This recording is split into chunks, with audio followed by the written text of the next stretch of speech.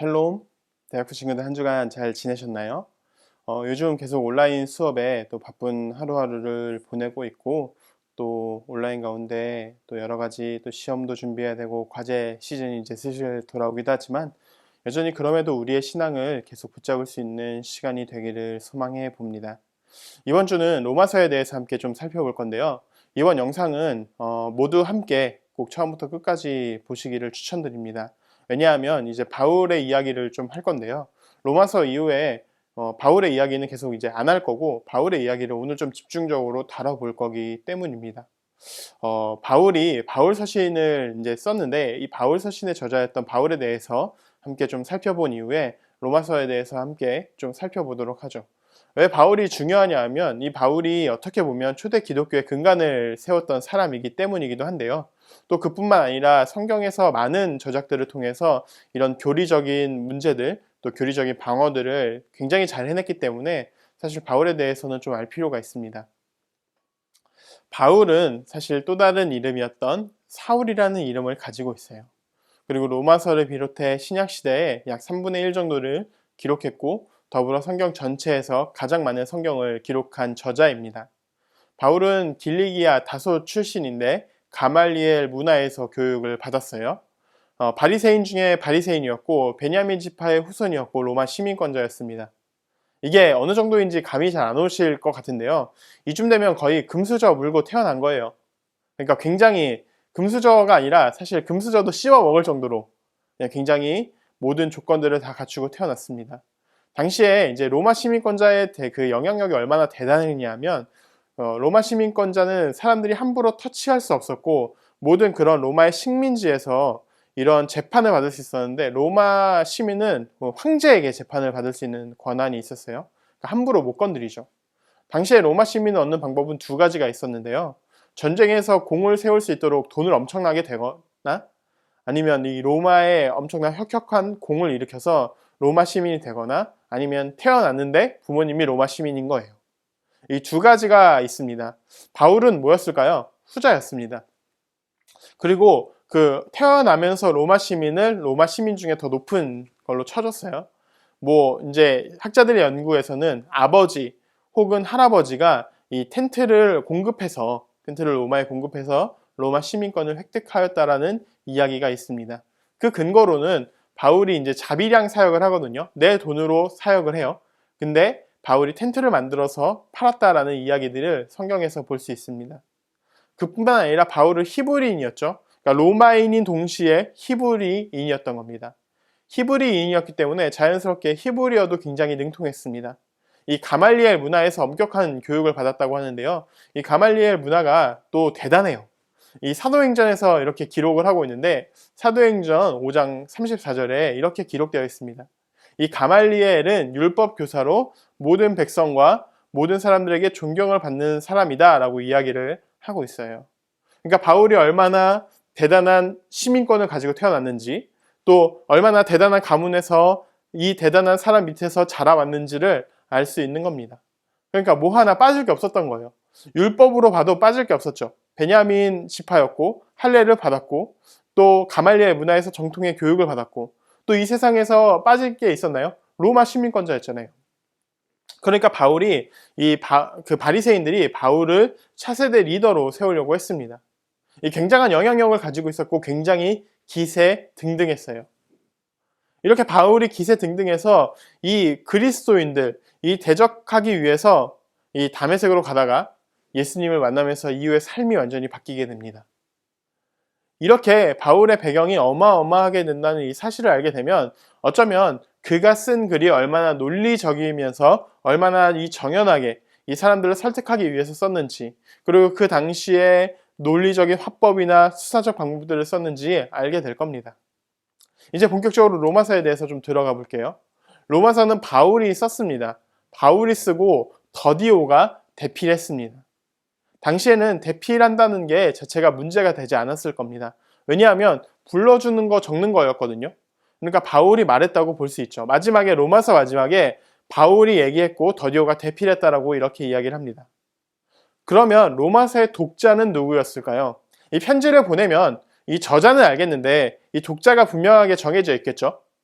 로마서의 독자는 로마에 사는 그리스도인들이었습니다.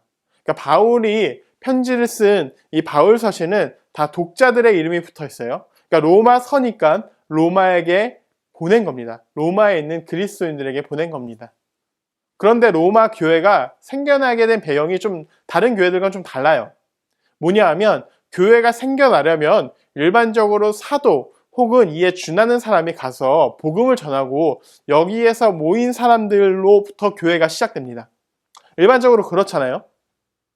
그런데 로마 교회는 주 30년경에 베드로의 설교를 듣고 회심한 유대인들로부터 시작됐습니다. 그러니까 리더가 없었다는 거예요. 누가 설립했는지 누구의 주도로 지어졌는지 어떤 한 사람으로 특정하기가 어렵다는 겁니다.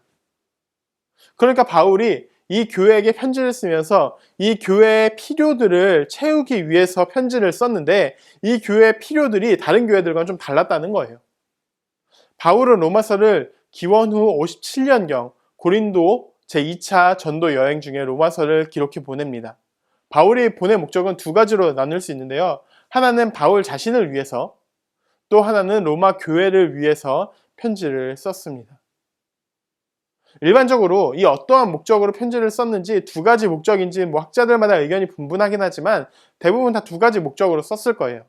그 첫 번째 목적, 자신을 위한 목적은 뭐냐 하면 바울이 스페인으로 가기 위한 중간 지점으로 로마를 선택하고 중간 지점에서 로마에서 한번 들렸다가 가려고 했던 거죠. 물론 이런 표면적인 이유들도 있지만 나중에 실질적인 이유는 로마서에서 그것보다 더 중요한 것들을 다루고 있습니다. 로마 교회에는 분명한 지도자가 없었다고 했죠. 그러니까 바울은 이 교회 교인들에게 편지를 쓰면서 이 믿음이 얼마 되지 않은 그리스도인들, 이 그리스도인들이 믿음으로 강건해지도록 하는 거예요. 그러니까 다른 교회들은 다 어떤 리더들이 있어서 이 리더들을 통해서 교육을 받았지만 로마 교회는 이 리더가 없었기 때문에 이 누군가가 리더의 역할을 해야 했는데 바울이 편지를 리더의 역할로 쓴 겁니다. 그러다 보니 굉장히 논리정연하고 압축적이고 잘 짜여진 기독교 신학을 제시했던 거예요.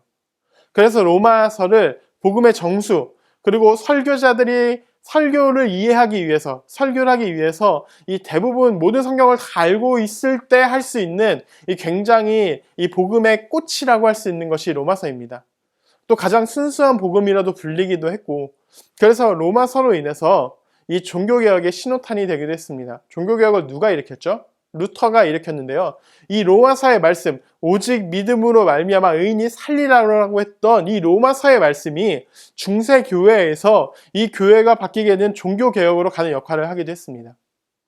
이런 로마서의 구조는 굉장히 단순하게 두 가지 구조로 살펴볼 수 있는데요. 하나는 무엇을 믿을 것인가에 대한 이야기입니다. 복음의 핵심이 등장하고 이신칭이, 다시 말해서 믿음으로 의롭다 칭함을 받는 것과 이런 상황들이 등장하고 있고, 또 복음이 주는 확신들, 너희가 복음을 믿으면 어떻게 될 것이다 라고 했던 이런 확신들, 그리고 복음에 대한 변론들이 등장하게 됩니다. 이로 인해서 무엇을 믿을 것인가에 대한 복음이 나타나게 되죠.